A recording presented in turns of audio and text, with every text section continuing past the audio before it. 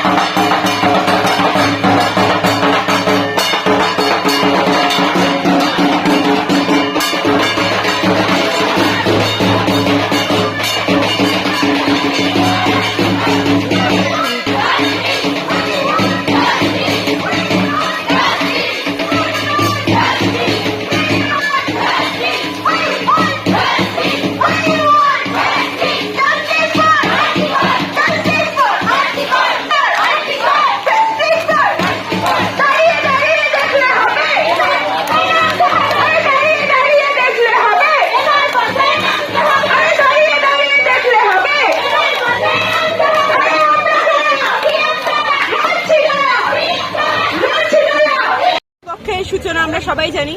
আর আমরা এর আগে মনে হয় না ইসলামপুরের মাটিতে কোনোদিন এরকম মহালয়ার দিন প্রতিবাদ দেখেছি বা করেছি, আমরা কেউই কোনোদিন করিনি।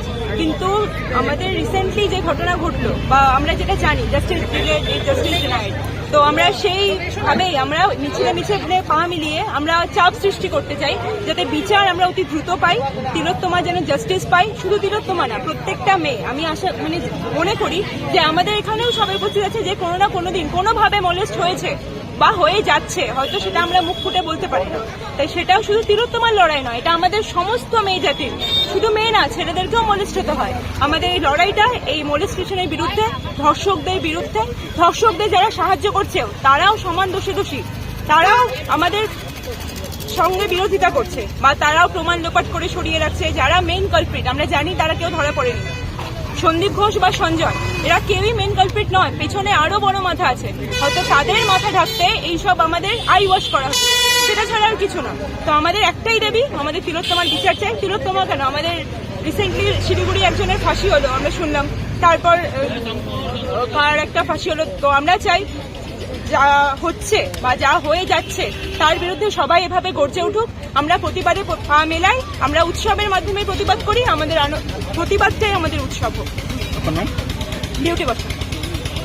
আমাদের আরজিকরের যে ঘটনা, বেদনাদায়ক এবং নক্কারজনক যে ঘটনা, তাতে সত্যি আমাদের মিলনপল্লীবাসী হিসেবে শুধু নয়, আমরা মিলনপল্লীবাসী হিসেবে আমাদের মনের কোন জায়গাটায় যে ধাক্কা লেগেছে এবং আমরা এটা ভেবেছি যে আজকে আরজিকরের এই ঘটনা আজকে আমার বাড়িতে হতে পারে, আমার পাশের বাড়িতে হতে পারে।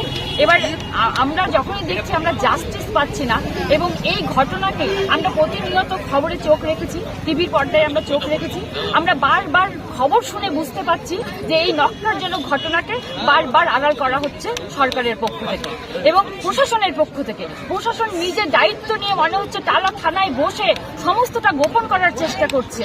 আমরা তখন ভাবলাম যে প্রশাসন যদি নিরপেক্ষ হতো তাহলে আজকে আমাদের এই পথে নামতে হতো না। প্রশাসন যেহেতু নিরপেক্ষ নয় এবং স্বরাষ্ট্র সচিব থেকে কিভাবে দুবার দু রকমের এফআইআর করা হয়েছে, সমস্ত কিছু দেখে আমরা পথে নামতে বাধ্য হয়েছি এবং আমরা এর আগে রাত দখল করেছি। আজকে মহালয়ার শুভ লগ্নে শুধু শারদীয়া উৎসবে এসে উপস্থিত বলে আমরা তিলোত্তমাকে ভুলতে পারছি না। তিলোত্তমার যে বেদনাদায়ক যে মৃত্যু, সেটা যেন আমাদের সকলকে শুধু একটা রাজ্যে নয়, দেশে বিদেশে সারা দেশে ছড়িয়ে পড়েছে এবং সেই প্রতিবাদে সামিল হওয়ার জন্য আমরা মনে করি প্রত্যেকে, আমাদের মিলনবাসীর প্রত্যেকটি মানুষ আমরা মনে করি যে এই লড়াইয়ে আমাদের অংশগ্রহণ করা উচিত এবং আমরা এই শারদ উৎসবকে কেন্দ্র করে আমরা তিলোত্তমার এই বেদনাদায়ক অস্বাভাবিক মৃত্যু মৃত্যুকে আমরা কিছুতেই মেনে নিতে পারছি না। এই বার্তাটাই আমরা পৌঁছে দিতে চাইছি যে আমরা তিলোত্তমাকে ভুলি নাই, আমরা রাজপথ ছাড়ি নাই। এই জন্যই আমাদের নিজের তাগিদে আজকে আমাদের দেয়ালে পিঠ থেকে গেছে, নিজের তাগিদেই আমরা সকলে স্বতঃস্ফূর্তভাবে বেরিয়ে এসেছি। আমার নাম মুর্শিদ দাস বর্মন।